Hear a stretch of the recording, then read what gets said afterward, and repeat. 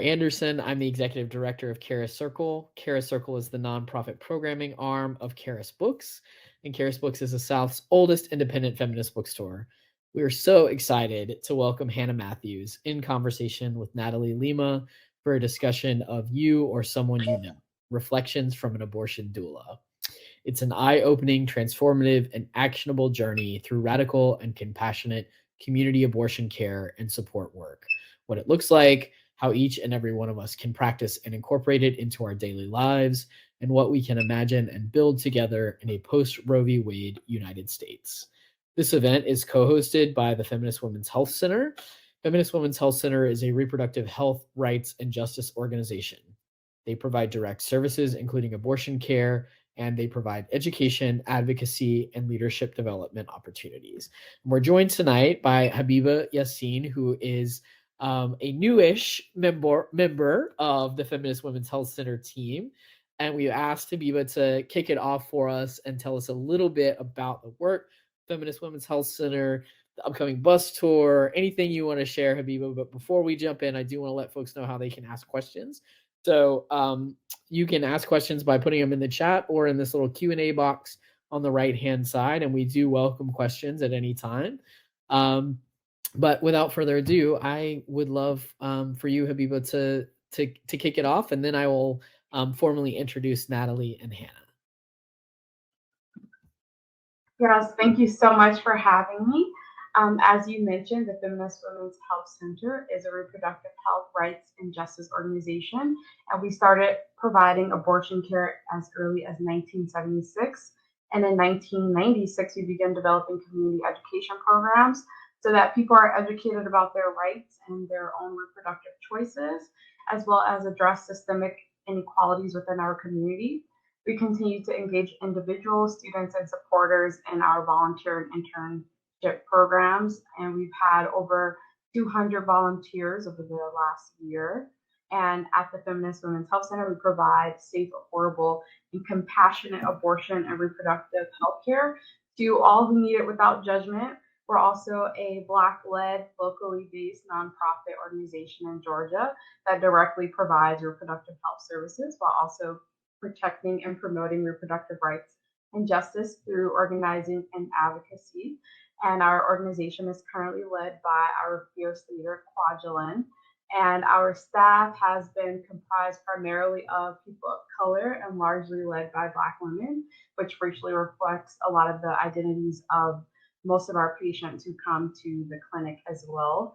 And integrating a reproductive justice framework is ongoing work that has informed us and shaped us as an organization and led to the development of many of the programs and services that we offer that seek to address a lot of those systemic inequalities in healthcare and society that impact women and people of color, as well as immigrant families, low-income families, rural communities, and people from the trans and LGBTQIA+ communities as well. And this work has become incredibly important as restrictions and regulations on our bodies has become more prevalent in legal framework and policies. So I thank you for the work that you're doing and sharing resources and knowledge about why reproductive justice is important. So please do support this bookstore. Also, please support the Feminist Women's Health Center as well. And I'm also going to leave some information in case you would like to be connected. And also, you can look on our Instagram page to find out more about the bus tour and where we'll be heading as well. And I'll also be there. And that starts tomorrow. Thank you so much for having me. Thank you so much, Habiba. So yeah, follow the Instagram. Do you want to shout out what the Instagram is? Yes, I just put it in the chat as well. But the Instagram is Feminist. Instagram at Feminist Center. Awesome. Thank you so much. All right. Bye. So I'm going to now introduce Natalie Lima. Natalie is our interlocutor for the night. Natalie is a Cuban Puerto Rican writer raised in Las Vegas, Nevada, and Hialeah, Florida. Her essays and fiction have been published or are forthcoming in Long Reads, Guernica, Brevity, The Offing, Catapult, Sex and the Single Woman, Body Language, and elsewhere. Lima's writing has been honored in Best Small Fictions and noted twice in Best American Essays. Her work has received support from PEN America Emerging Voices, the Breadloaf Writers Conference, Tin House, the Vona Voices Workshop, Mellon Foundation, the Hedgebrook Writers Residency, among others. Lima recently joined the creative writing faculty at Butler University as assistant professor in the Department of English, and she is currently working on a memoir and an essay collection. So welcome, Natalie. We're so glad you're here. And the person of the hour is Hannah Matthews, who is an abortion doula and funder, clinic worker, hotline counselor, and writer.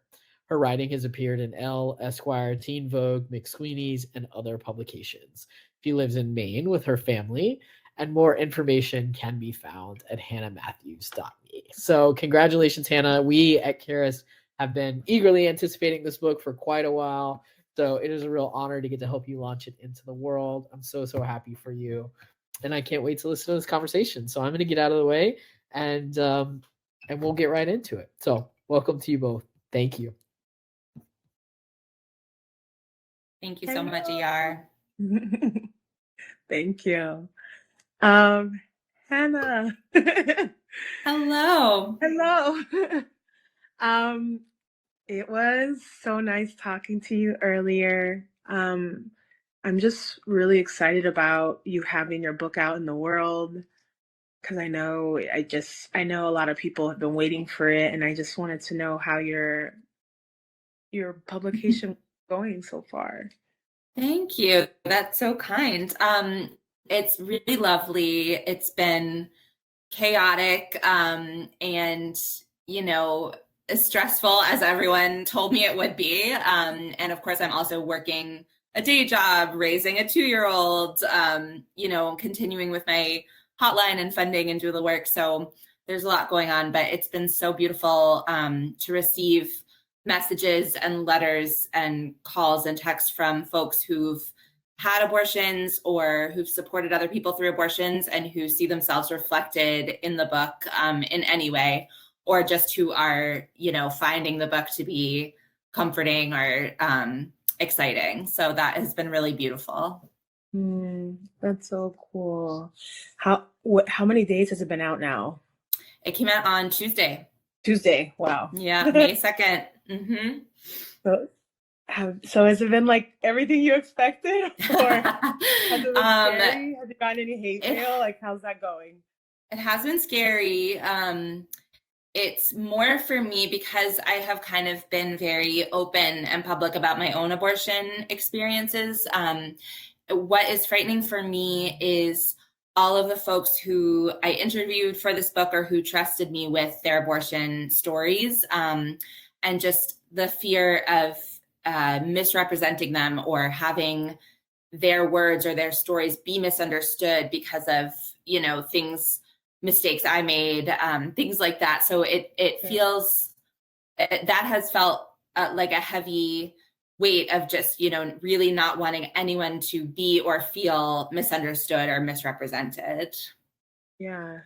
So you said like you had told me before like I could just ask you questions that I'm curious about, and of so course, please. I'm super curious about things just as a nonfiction writer too, and I was just wondering, knowing that you included so many folks that you've interviewed and shared their stories, I loved, I've been reading some of the art, but I also read the excerpt that was in Jezebel too. Mm-hmm. And what I wonder is like what's been most difficult about writing this book and telling these stories for you. So for me at this moment in time, it has been difficult because I am a cis white lady in a high access state. And I'm someone who, sought and received funding and then care very quickly. And I'm someone who has relative safety, speaking about my own abortion experiences. And so just knowing that, to then be interviewing folks who are working and living in states under active abortion bans, or folks who are already, going to be criminalized and policed and surveilled throughout their pregnancies, no matter what, because they're Black or because they're trans or because they're experiencing homelessness or they don't have, documentation.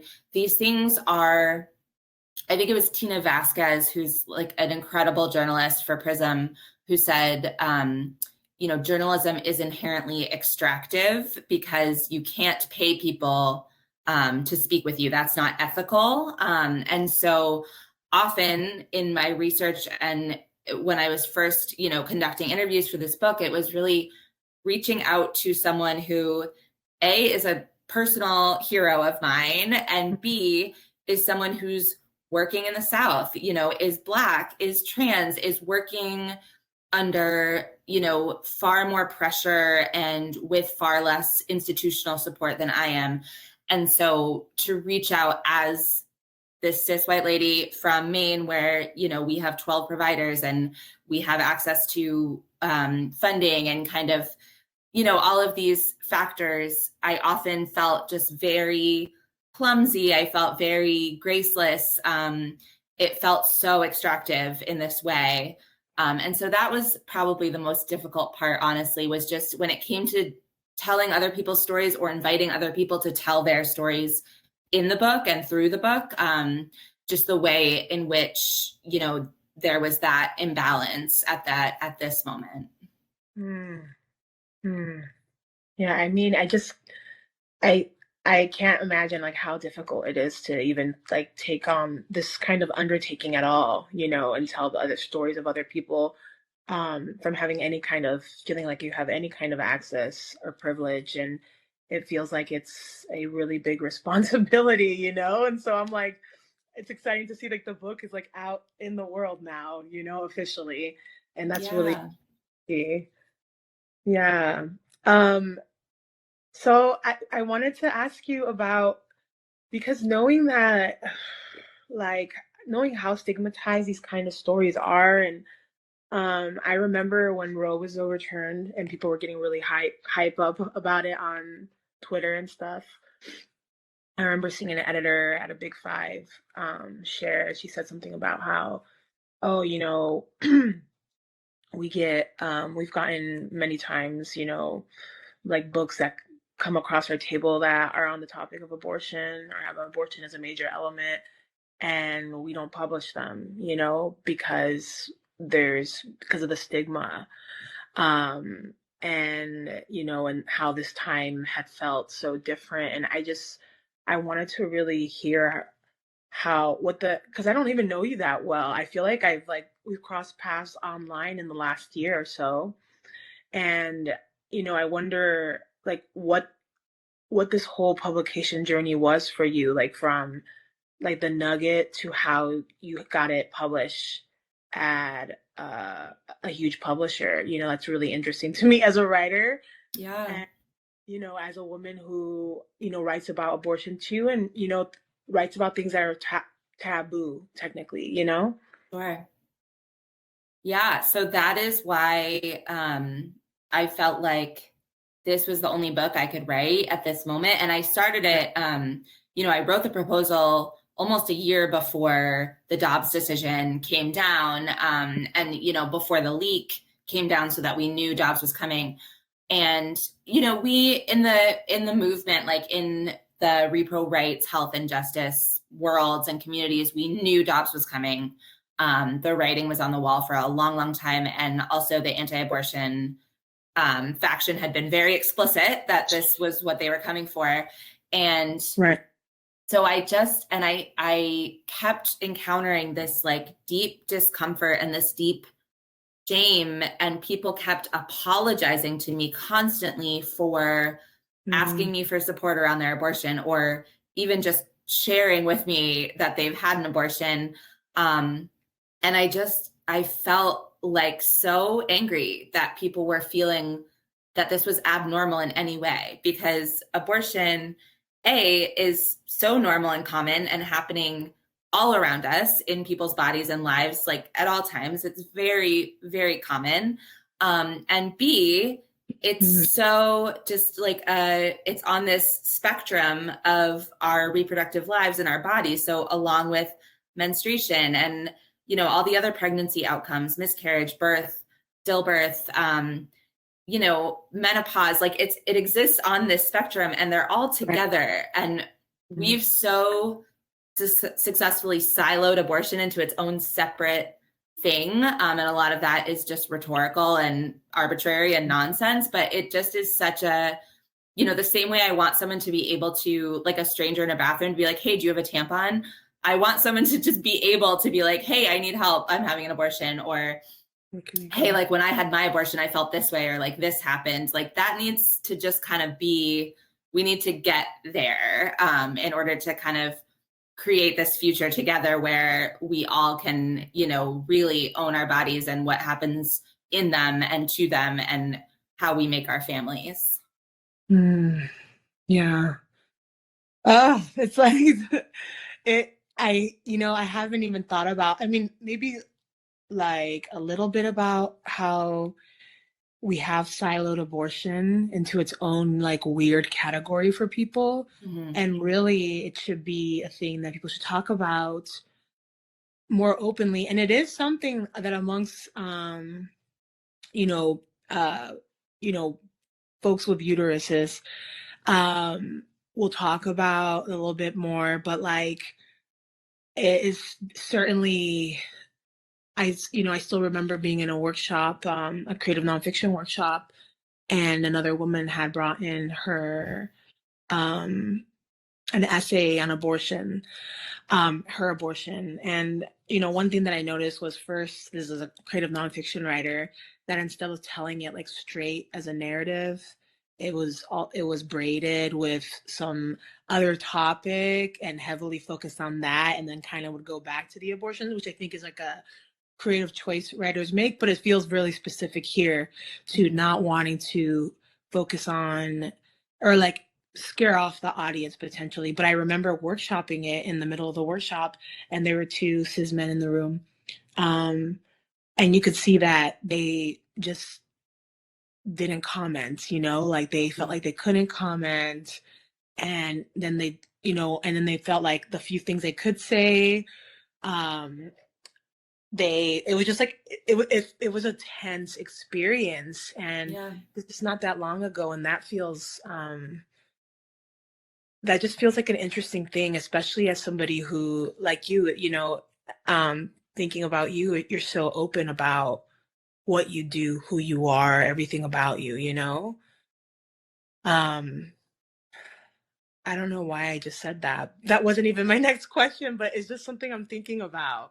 Yeah, no, there's a deep discomfort, like even among people who identify politically as pro-abortion or pro-choice, there's like this very, it's like a lack, not even a lack of curiosity, but maybe a lack of capacity, a lack of language.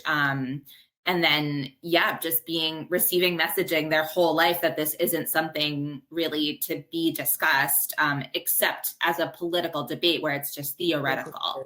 Yeah. And I was at the Maine State House earlier this week where folks were giving testimony in support of a bill to expand our gestational age limit. And so they were telling their own abortion stories about abortions they had later in pregnancy and how they had to travel out of state and suffer and, all this, whatever. And it was this wrenching, intimate, personal testimony, very detailed, like all the mechanics of what happened. And then they would, pivot to the Judiciary Committee for questions.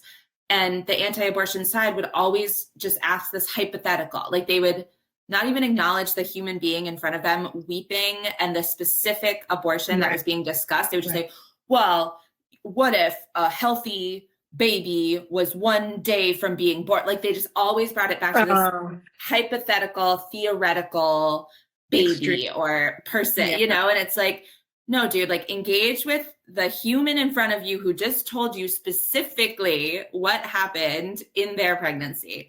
And it's really difficult for people. And I think that's a big part of why we're here and why people don't necessarily understand that when someone says, I had an abortion or I'm having an abortion, that can mean 45,000 different things. Right. That can look all kinds of ways. That can be, you know, as many humans as there are who can be pregnant, that's as many abortions as there can be.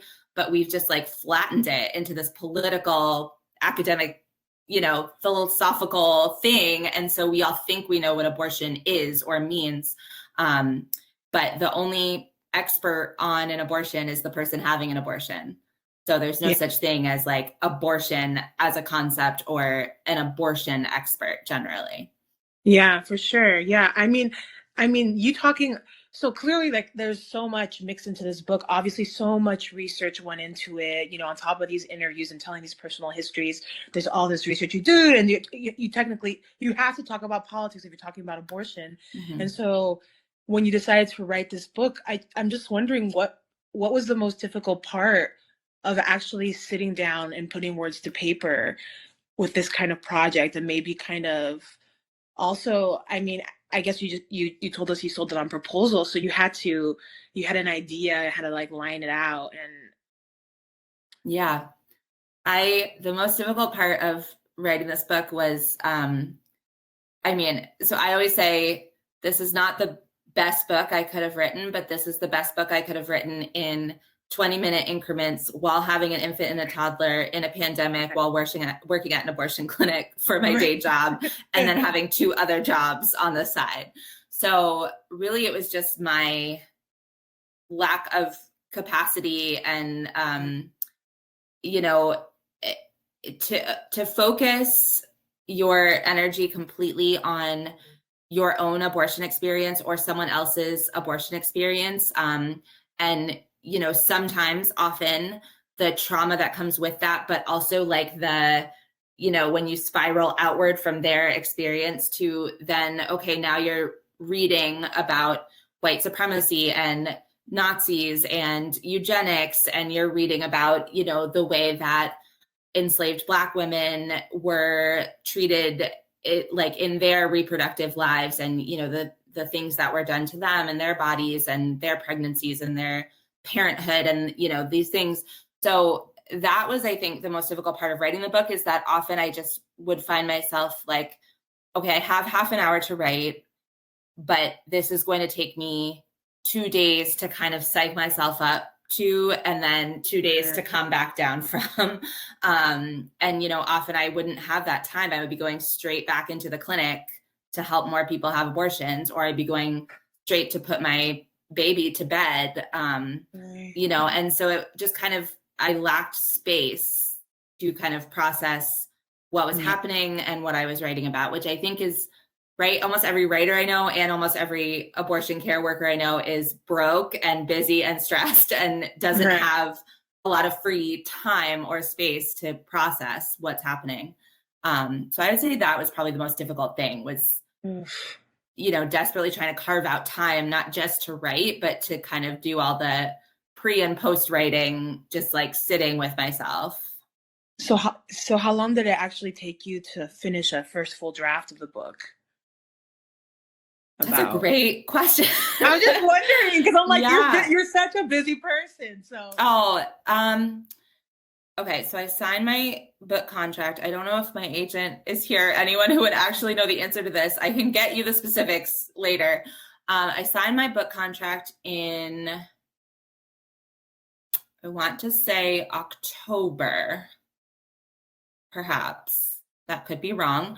And then I delivered the first draft in, I'm almost positive it was June of the next year. I'm almost positive. I know it was right around the time actually that Dobbs was coming down, because I remember going back into the draft and just like, I was weeping as I changed all of these present tense words to past tense when it came to like abortion care in Alabama that was happening, and the doulas that were working at Alabama having to change all these sentences to abortion is legal in Alabama in these circumstances, and then changing it to was legal until, you know, June of 2022. So I want to say October to June. However, is that 9 months maybe? Oh, my agent Jade is here, and she's looking up when I delivered my first draft, and then we will tell you exactly how long. But the drafts feel so nebulous to me because I was just, yeah, Jade is the absolute best. Yeah, it's all a blur, just like kind of my baby's like first 2 years of his life are all a blur, and COVID, like I just feel like time is not real, and so it's very difficult for me to conceive of before this book was a thing, and then from like how it became a thing. Okay, yeah. I mean, this is incredible. And I just, I'm just like so. I'm sorry that I'm like talking shop about like book writing. So I'm like, I mean, so was it difficult to sell? I mean, since your agent is here, like you might as well ask.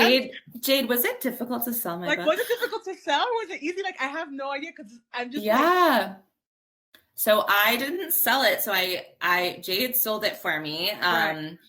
It was, I know that we definitely got some feedback that the topic was too, like, a publisher wouldn't want to touch it, or it was too niche, which nothing makes me angrier than like abortion or trans care or, whatever it is being called niche, because these things absolutely, like, trans people are not niche. People who have abortions are not. This is not a niche interest. This is a universal interest. But yeah, I in terms of how difficult it was to sell, that would be a question for Jade, because she protected me from a lot of the, I think, probably difficulty. Yeah. Okay. Okay. Well, all right. Outside of talking this kind of shop, okay. I remember when I first saw you on the Twitter, and I knew, and you called yourself an abortion doula. Okay. And I see myself, I have, I've done a little bit of abortion work, as like a clinic escort at the one abortion clinic in the part of Alabama I was living in my first year of grad school. And so I where there were actual protesters, which is oof. But I saw, that you were an abortion doula, and I was like, what is that? And I remember Googling, like, what is an abortion doula? And so I was wondering if you could tell folks, like, exactly what an abortion doula does and, like, what your day-to-day looks like. Yeah, absolutely. So a doula, so the reason I wrote this book is not to collapse the meaning of the word doula, because there is a specific meaning, but I really wanted folks to understand and get curious about the ways in which they could doula for their own communities, and kind of be abortion doulas, fit that into the cracks of their own really busy, really stressed out lives. And so a doula is someone who provides emotional, physical, financial, logistical, spiritual support. So basically not medical providers, but someone who is accompanying someone through their abortion care. And a lot of folks are familiar with like birth doulas, postpartum doulas, and there's a lot of overlap. There are a lot of full spectrum doulas who basically are doulas for any and all outcomes of pregnancy. I only do abortion doula work because the birth doula lifestyle, the like getting a call in the middle of the night or like being gone for 3 days while someone's in labor, like right now while my son is so little, doesn't work for me. But I do have a friend who's a birth doula and an abortion doula, and she always says she feels really strongly that any birth doula needs to be well versed in miscarriage management and abortion care, because she always says, and a birth can turn into a death real quick. And these lines are like a lot blurrier and thinner than we all think. And so often you are supporting someone who intended to continue their pregnancy, like intended to give birth and parent their child. They need an abortion for whatever reason, or, their circumstances have changed. And so there is a lot of overlap, just in terms of supporting pregnant people in your communities. But a lot of folks now don't use the term doula for several reasons. One is it's very gendered. So it's from an ancient Greek word that basically means like female servant or even female slave. And these would be women who were, you know, supporting other women generally through childbirth often and miscarriage and, you know, things of that nature.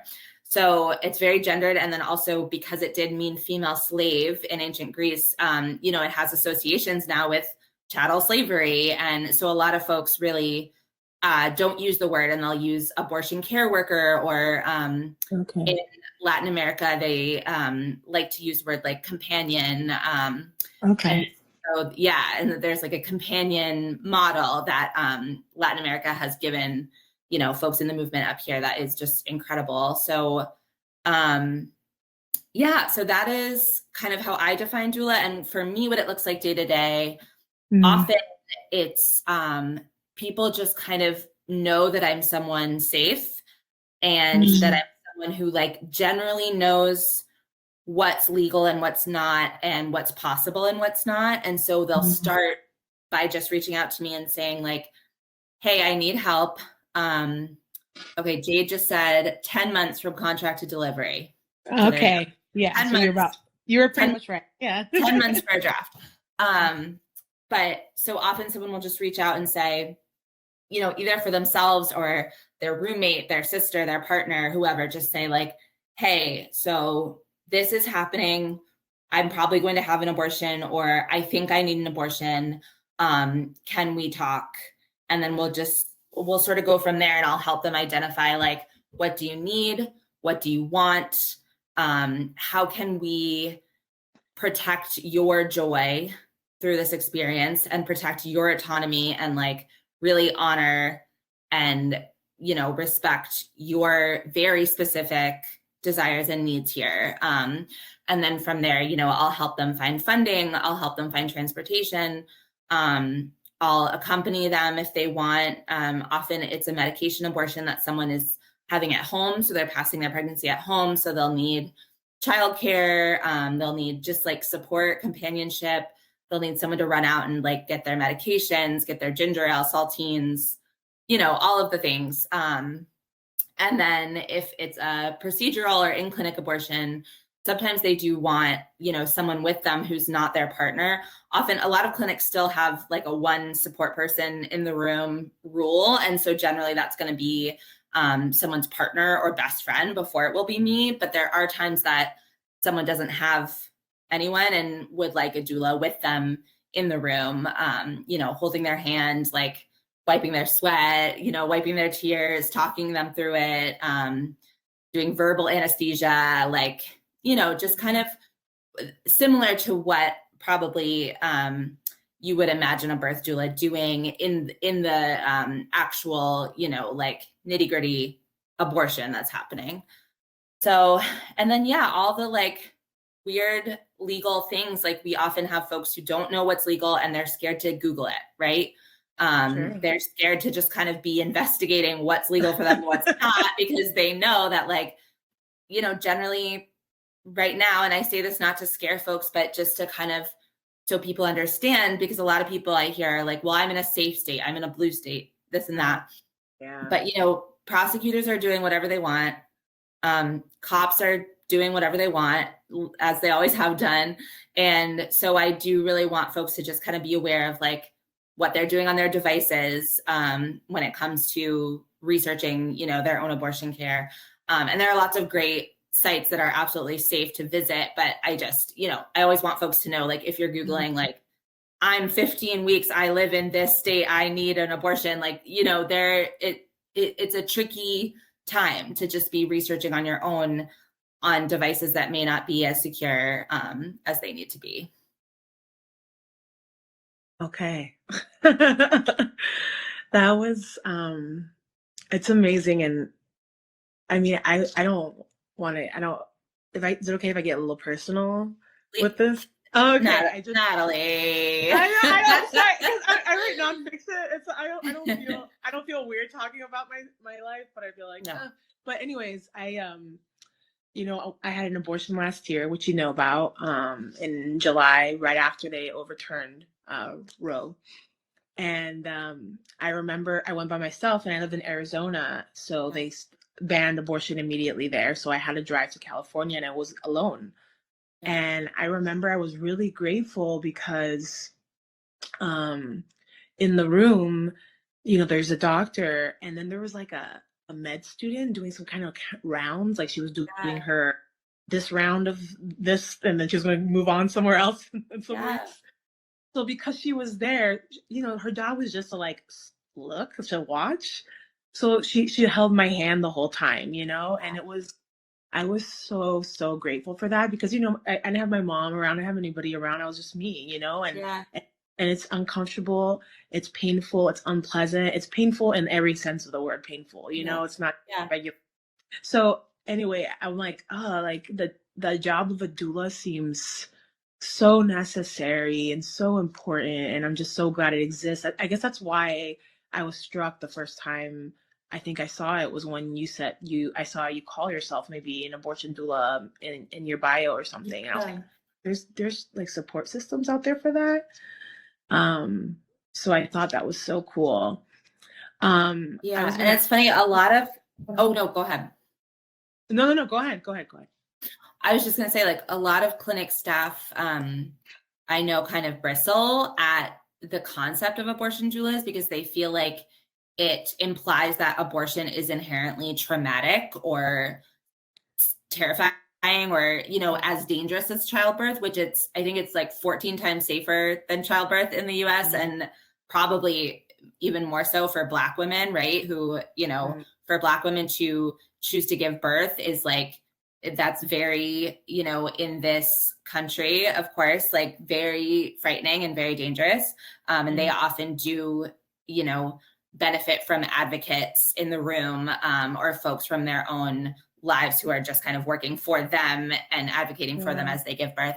But having been also clinic staff, I know that, this med student was there probably because, like you said, they were doing as part of their training, their education, but otherwise, like most clinics are, very overloaded and under-resourced. And the staff is like, not because they are not the most deeply caring and focused and brilliant people I know, but because they have to run from patient to patient and they have 25 patients and they have no, they can't be paid overtime and they have to get home to their own kids and all this stuff. So I do think a doula is unique in that you are working for that person who is having the abortion.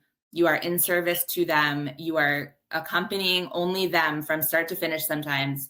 And so that really makes the space for you to be their doula and not be an employee of the clinic where they happen to be having an abortion.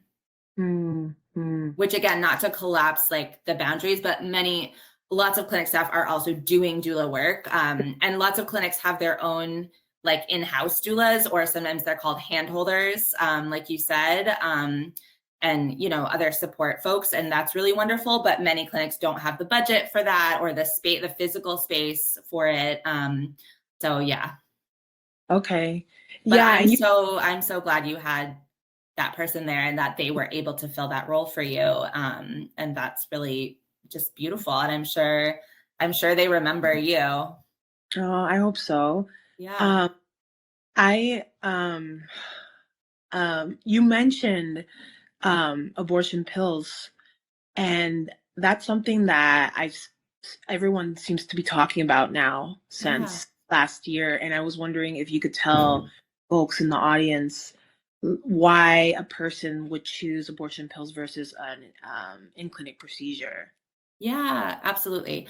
So insofar as you might have a choice, you can, depending on, I want to be careful because it's different state to state, and it's different even, sometimes city to city with some of these like city ordinances being passed and all of that. But rather than having an in-clinic aspiration procedure or an in-clinic, a lot of folks call them surgical abortions, which I really don't like because it's not a surgery. And surgery connotes like cutting, and, you know, it's just, I don't like to use the term surgical, but kind of clinical abortion, you know, procedural. You can be prescribed a series of pills, which you can then take home. Some clinics have rules where you have to like begin the process in the clinic, and then you can take the other pills with you when you leave. But often it's a matter of timing, a matter of safety. If someone really just needs to be in a safe, private place, not in public necessarily, or not at risk of being seen somewhere. And, you know, for me, it's so funny because I remember some of my clinic colleagues and I would always say, like, before we had our own abortions, and especially me before I had my own abortion, I always said, I would not want to have a medication abortion. I would want an in-clinic abortion. So it would be done in 15 minutes and I could just like come in, have it done, leave, and just not be pregnant anymore. And that would be that, because a medication abortion, you know, often can take a few days, and it can be like, there's more, you're engaging more kind of with like your own pregnancy tissue and like the viscera of your pregnancy passing, and all these things. But then when push came to shove, and I needed an abortion, I chose to have a medication abortion so that I could be at home with my partner and my baby. And I really wanted to be with my family as I passed my pregnancy. And so I think pills are, and part of the reason you're seeing them demonized and like attacked so much right now is because they are so discreet and safe and easy, and just like the freedom that abortion pills allow us and kind of like arm us with is something that the anti-abortion folks really don't want us to have, the same way they don't want us to have access to hormone replacement therapy and hormonal birth control and all these other things that allow us to kind of just move through the world in charge of our own healthcare, right? So yeah, so I'm always happy to talk about, you know, how folks can get pills if they need them. They can definitely reach out to me on the encrypted platforms we were kind of talking about, and I'll drop those.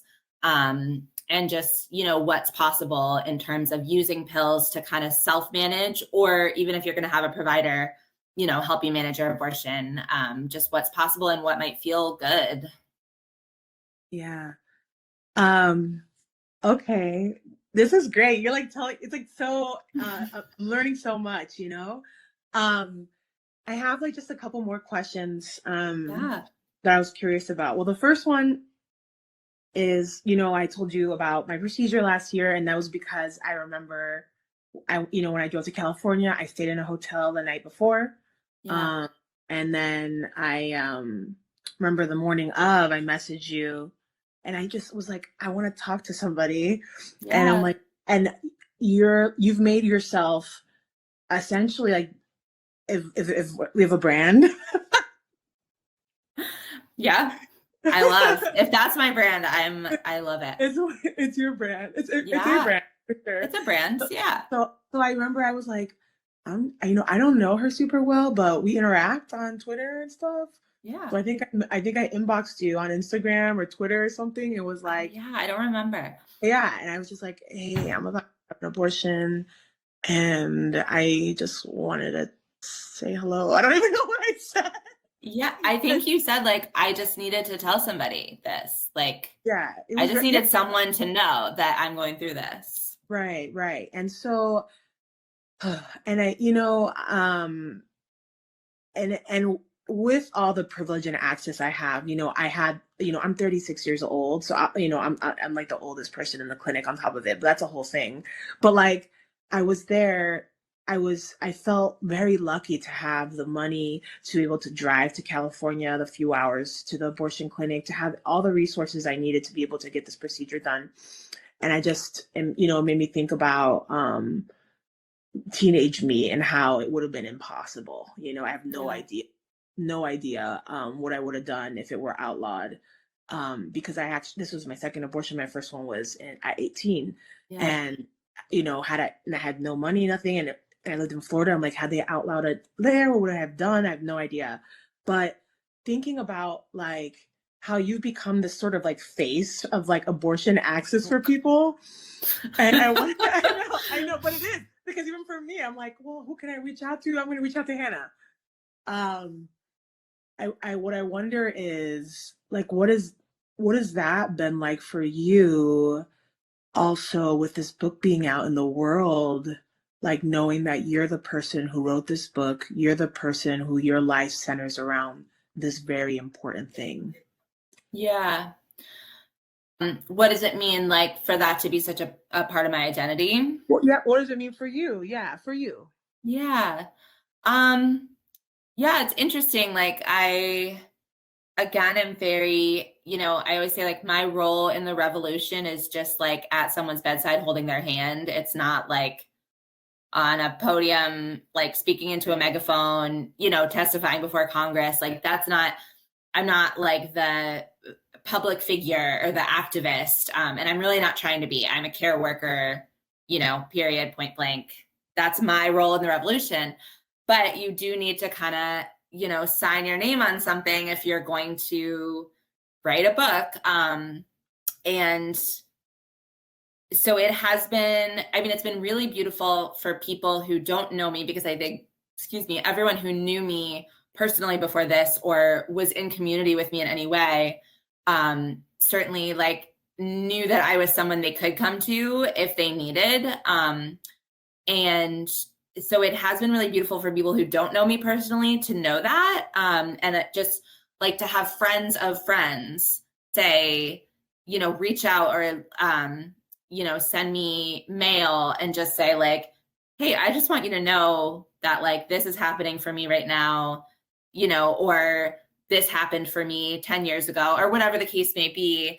And you can tell it's like they've been carrying this, and like, even if they've told other people before, those people didn't necessarily help them to put it down, right? Like those people were just like, okay, like keep carrying it, like in their, not explicitly, but maybe in their kind of like discomfort or inability to kind of have a real conversation about it.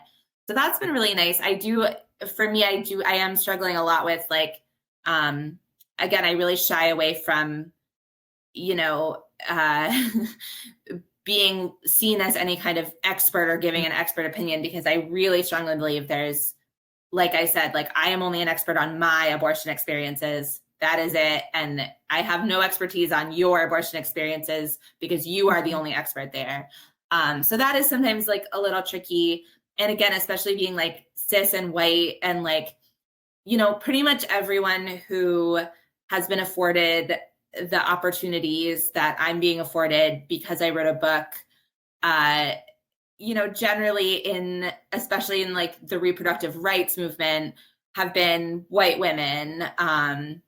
And so that is, I really don't want to be another white woman who's kind of like stepping up to the plate and saying like, I got this, like, don't worry. Like, I know all about this, because when I was, writing this book and like who I cite and like when I would start writing about a concept or an idea or a practice, I would stop and think like, well, wait, who taught me this? Or like, why do I know about this? Or, how did I come to this organization? And like, pretty much without fail, it's, women of color that I've worked with, or Black women, or trans folks who I've like supported them through their abortions, or who, I always direct folks to Kazembe Murphy-Jackson, who's an incredible trans storyteller, who he is like really the expert on his own abortion experiences, of course, but like is such a powerful storyteller and so knowledgeable. And so, and just, there are all these organizations now, like We Testify, it's just an incredible abortion storytelling organization. And so when people ask me like general questions of like, well, what about this? And what about this? I'm like, oh, I actually, there's a storyteller who, had an experience like that and talks about it. Like, so that's hard for me, for people to look to me as someone who might, have some insider knowledge on someone else's abortion, because I certainly don't. I only know, what folks tell me and what I witness, and that's all I can know. Yeah, you're such an amazing human. Oh my God. Thank you, Natalie. You're so amazing. Like, it feels like a gift, that, now versus when I was 18, for example, that there's a lot more abortion narratives out there that we can get access to and read. I read so much more of them now. And I had never read, I don't know if I ever read any before. Yeah, before recently. And it feels like a privilege to be able to live in a world where, at the very minimum, folks are feeling comfortable enough to tell their stories, Yeah. Yeah, and so it's really exciting that your book is out in the world. I just think about all the young people who will be able to have access to it, and it's so exciting Thank to you me. so much. Yeah, so exciting. So, I my last question was just going to be about, I know you talk about in the book like who you wrote the book for, which is for other folks who are having abortions or who are going through that experience ever. But like, what is your sincere hope for the impact of this book out in the world for you one day? What was your hope? Who's your audience? Like, who are you hoping gets to hold this book? Yeah. Well, that was my mom who just walked by. So she's my first hope that I always hope any book lands for, that she's my first audience and my last audience. But I really honestly hope that people read it so I hope it is something, I hope it's an object that people can engage with in these little bits and spurts, right? Like that, again, like I know very few people who have the capacity to have a lot of curiosity about, like I don't really have the capacity right now to be engaging deeply with the climate crisis, even though it's something that is like incredibly important to me, but I just simply like, it's not that I'm not curious about what I could do to invest in folks that are like leading those movements. It's that I really, truly don't have 15 extra minutes or, the money to spend or whatever it may be. So I really hope this book comes to folks who are very distressed by, the reproductive injustices that are, proliferating, and the reproductive violence that's really picking up speed right now, but who might think like, well, I don't have a medical degree. I didn't go to law school. I can't, there's nothing I can do about it. Or who are just feeling like they're not curious about ways they could get involved in their own community's reproductive justice needs. Hey, mommy. Because they don't know that they could be curious about it, or it hasn't occurred to them that like they could be the difference between someone being able to have the abortion that is like safe and affirming and joyful for them, and that helps their family thrive, or not being able to access that care. Like they don't know that it could just be them, this person's, neighbor or friend or coworker, that makes that difference.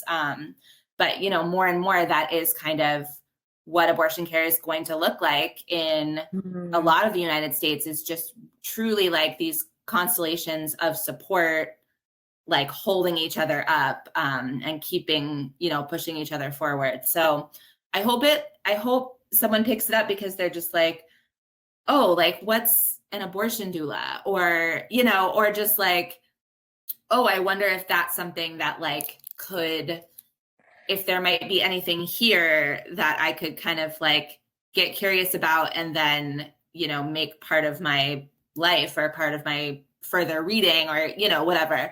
And I hope that it's just like a bunch of access points for people who just needed easy access points, and that's all they needed. And then they'll go on to like, become really incredible organizers or advocates or care workers.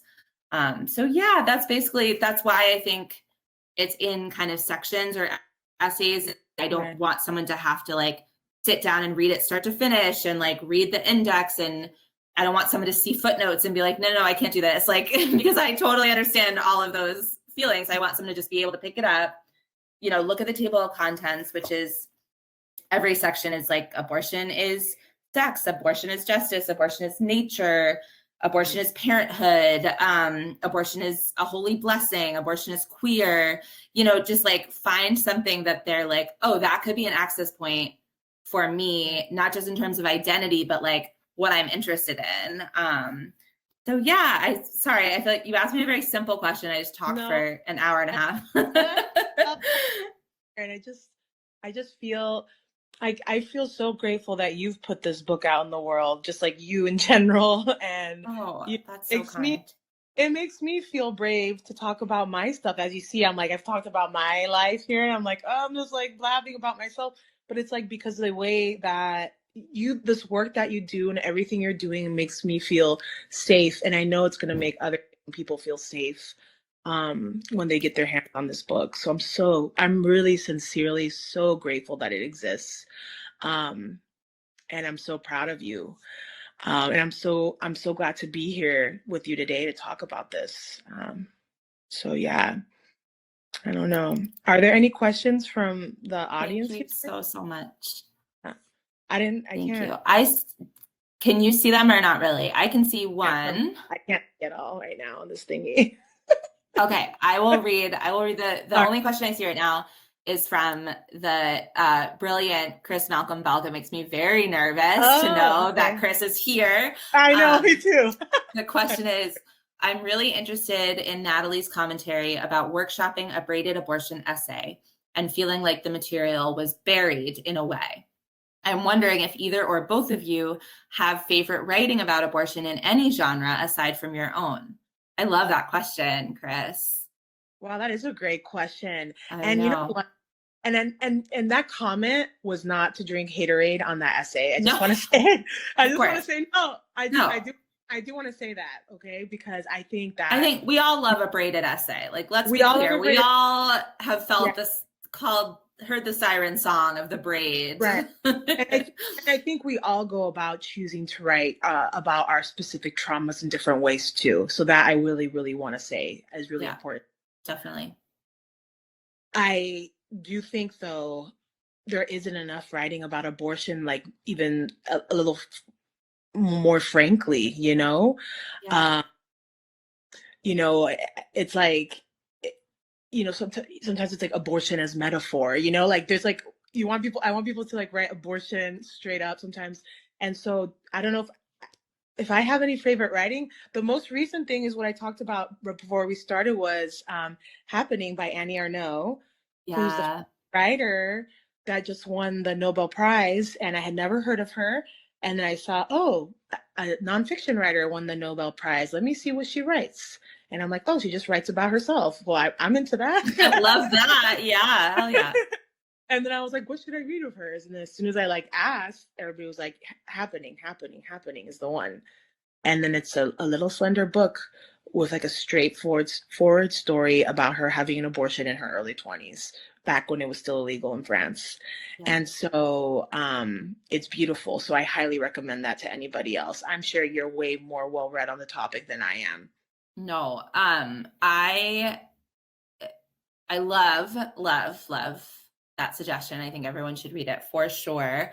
I want to say Annie Finch put together an anthology called Choice Words that has like so many, like from Audre Lorde to just like so many different writers on abortion, that I think is a great place to start if you're looking for kind of different genres, different, this author, wrote, like, here's an excerpt from this book that I might want to go read, all of that. Or here's a poem, and now I know this poet has written about abortion, so I want to, whatever, check them out. But I think my favorite piece of writing about abortion is actually a children's book, which is called What's an Abortion Anyway? And it is by Carly Manis, who I first met through the Abortion Doula companion world, and then the artist Emulsify, or Mar, they go by M also. And it is so incredible. It explains what abortion is and what it can mean to people in a way that is safe for children and like very accessible and simple, but like really, I think every adult needs to read it. And I actually like have been profoundly moved while reading it to my baby. And it's just very, yeah, such a beautiful book because it really, I think, underscores like how just human abortion is and just what a part of human life it is. And of course, to say that we shouldn't tell children what abortion is, you know, there's a whole school of thought of like, what are children equipped to handle when it comes to like pregnancies and sex and our bodies? And, you know, at what ages do we introduce different concepts? But like miscarriage, abortion is just kind of happening all around children all the time and in their families often. And so I don't know, I really love this book and I always recommend it to everyone. And I think they're actually giving it away for free right now. So that could be something for folks who, you know, don't want to spend money on a book or can't spend money on a book right now. And if you go, I think, let me find the website. I think it's whatsanabortionbook.com, but someone feel free to fact check me. Let me see. Yes, it's whatsanabortionbook.com. I'll put that in the, oh, thank you, Chris. Yeah, so I really recommend it for kids of all ages, but also I recommend it for like your parents who, depending on how old they are and where they're coming from, might say things like, I'm pro-choice, but abortion shouldn't be used as birth control, or, you know, or who might be really uncomfortable talking about it at all.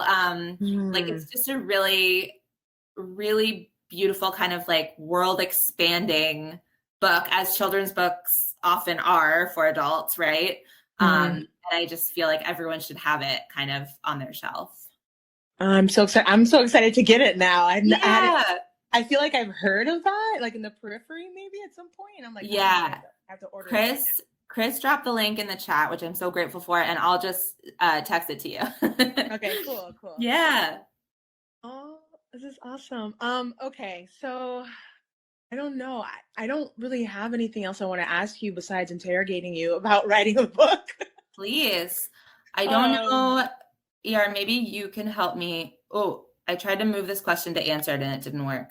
So I got you.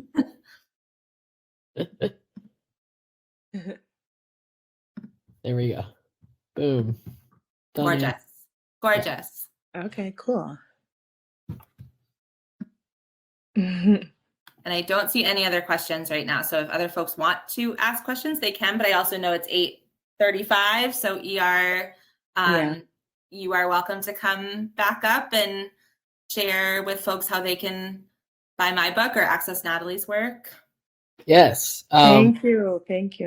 We would love for you to buy everyone's books, buy all the books. Please. We actually, I think, currently have copies of What's an Abortion anyway. Cool. Not on our website. So if you live in the Atlanta area and you want to pop in and buy it locally, you can. I just, as I was Googling on our website, found that there is a book, What's So Bad About Abortion, that is an anti-abortion book that comes. So I just deleted that from our inventory. You know, one of the complicated and tricky things about being a bookseller is like we want to have sort of opposition books available for activists who are thinking through how do we respond to these narratives, and you know, but then we also want to make sure that, you know, folks are not accidentally buying books that are really terrible and not encountering books that they do not want to encounter. So it is always, it's like whack-a-mole. So but can I just, before you give folks the opportunity to buy my book, I realized I should have probably said that 100% of any royalties I earn on it are going to abortion funds. So I'm not profiting from your purchase. All of the money that I earn from your purchase will go directly to abortion funds in communities. That is amazing. So there's so much work to be done, but there are so many good people doing this work. And it is really heartening that y'all are in this fight. So I'm going to drop Body Language, which is a great anthology that Natalie is in the chat, so folks can check that book out. That is a book that Charis has certainly celebrated a lot, so we love that book. Oh, cool. And if you would like to buy you or someone you love Reflections from an Abortion Doula from Charis, you can click this teal button at the bottom center of your screen to buy it. We would love for you to do that. It really does help us. If you are not in a place to buy books, that's totally cool. We recommend that you ask your local library to carry it. That is a form of activism in and of itself. Reminds the library that this is an important topic and a book that should be in libraries. Buy a copy and donate it to your kid's high school library. Donate it to your library. These are really important forms of activism right now, particularly if you live in southern states, but honestly, like pretty much around the country, almost everywhere, these kinds of books are being challenged. And so, this is always my PSA. Be like, no, we are parents too. We have a right to demand certain books be in the library just as much as the right has the right to demand that they be taken out. So don't be shy. Feel free to go in there and give them a book, because these kinds of things need to be accessible to older teens who are, absolutely encountering these questions. So definitely consider donating a copy. And if you would like to donate to Charis Circle, which is our nonprofit that helps us do all of our programming, you can do that in the chat. And the link to donate to Feminist Women's Health Center and all of their amazing places to follow them are a little bit higher up in the chat. Thank you again to Habiba Yassin for being with us from Feminist Women's Health Center. Follow them and their amazing bus tour, which kicks off tomorrow. And all the good things. So thank you both so much. Hannah, I hope that you have a wonderful rest of your book tour, both virtual, in person, all the things. It's a big deal to write a book. It's an even bigger deal to write a book when you're working so hard and have a kid and all the things. So congratulations. Thank you so much. Yeah, really. And thank you, Natalie. Oh my gosh. Thank you for having me. Thank you. Thank you.